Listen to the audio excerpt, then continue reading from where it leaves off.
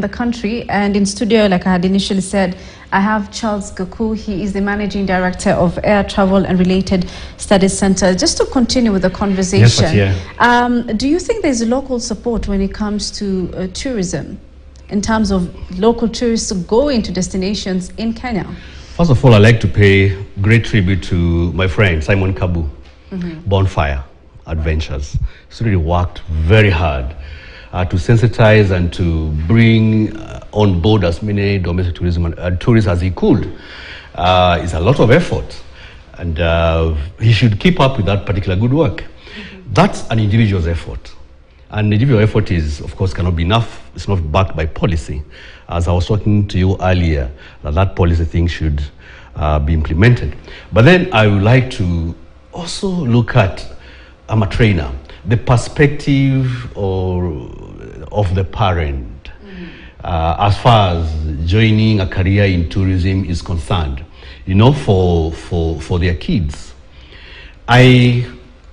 I'm sorry to say that in many cases we are looked at the alternative. Right. You hear saying, people come to my school for inquiry and say they could not join such and such career, so they have opted for tourism, or to be a tour guide, or a cargo agent, or a housekeeper, or a chef. It should not be looked at that like that. Do you think it's about the upbringing or the societal pressure? There's society. Sometimes I do talk to boys' high schools, and I talk about food production. You can be a chef. They laugh at me. They don't know that 8 out of the top chefs of the world are actually male and female. They even think that there's a stigma that is associated with us getting into what they call white hotels.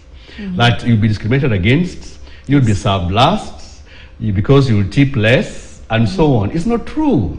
It used to be there in the 80s and many days before you even joined tourism, but the mindset that you do have is that this is really a white affair. It's not for us, it's a white affair. So it really is, because some of the people actually consider coming to such hotels pretty expensive. Yes, pretty expensive. And that it has sort of been modeled for international tourists. Is that really the case? Not really the case, because if the travel agents could open up, they will tell you that the Kenyan is paying much more at the moment than the international tourists, considering that there is so much of that money that is cut by agency commissions and so on before it gets to the operator here down. So these are things that we need to get rid of. What about a parent who has never been to a national park or a national reserve, and so what kind of advice would they be able to give to someone who wants to join tourism? And one more area I find of disconnect is in high schools. The career teachers must be also enabled to be able to have as much information as possible regarding the courses in travel, tourism, as well as hospitality.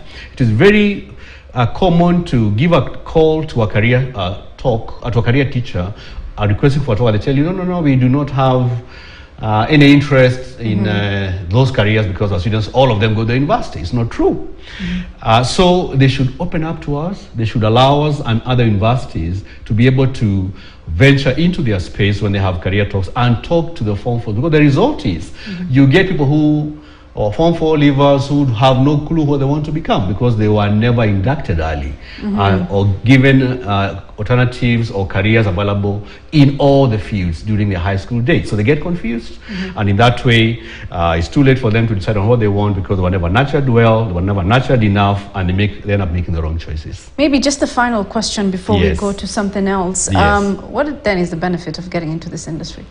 The industry is lucrative, it pays well, no doubt about it. It's a good chance for you to meet the who is who in the entire world. It's a good chance for yourself to travel. I think cabin crews travel all over the world. Right. And they stay in the 5-star hotels. I think you know that with a good qualification you can be able to work anywhere in the world. So the benefits are immense for the person and also for the country. The benefits are immense because you'll be plowing back whatever you're earning out of the country into our country, which is starved off foreign exchange at the moment, and that could lower the dollar and the pound and the euro as we talk. We have so much unexploited potential in our country that we need to look at tourism in a different eye altogether. Right, thank you so much, Charles. Very interesting conversation. I think we've learned a lot from what you've said. But now I want us to just move somewhere else, where the Senate Ad Hoc Committee investigating the Shakahola deaths is currently holding meetings with the shareholders of